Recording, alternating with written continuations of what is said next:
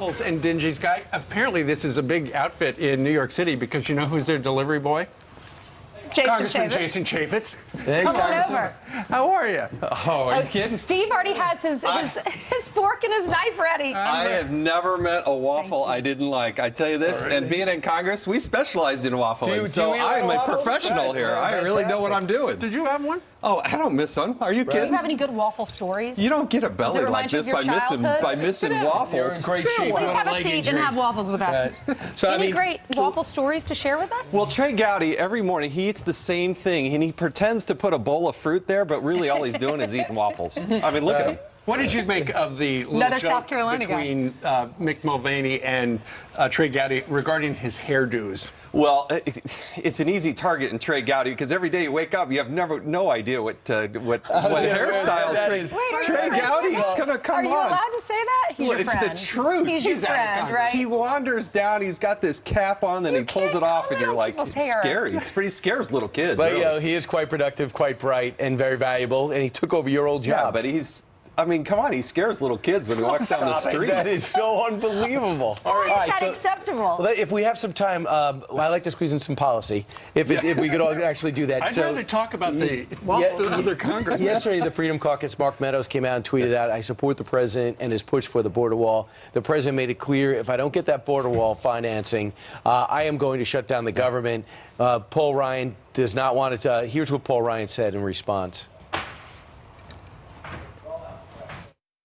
I don't think a government shutdown is necessary, and I don't think most people want to see a government shutdown.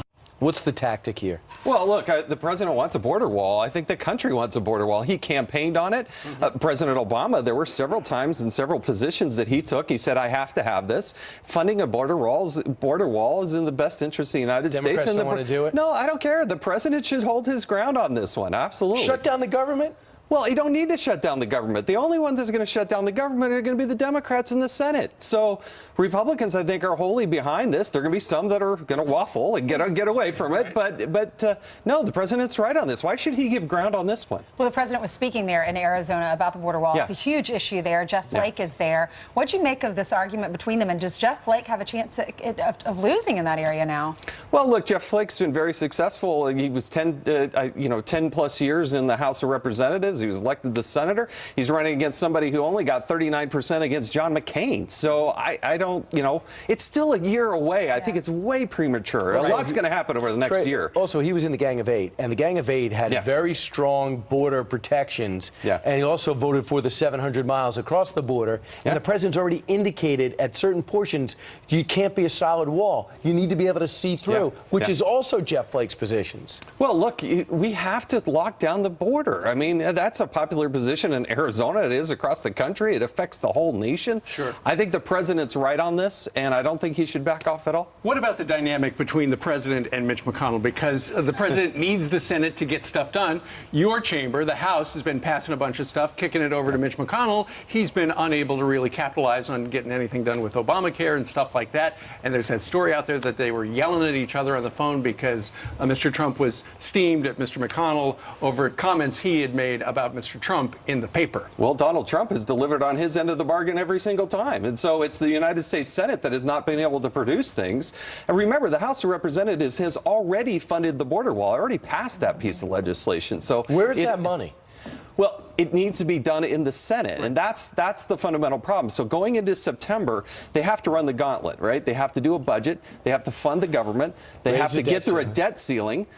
They have to do, they're saying they're going to do tax reform. They haven't done health care yet, and there's only 12 legislative days on the calendar. They took a break.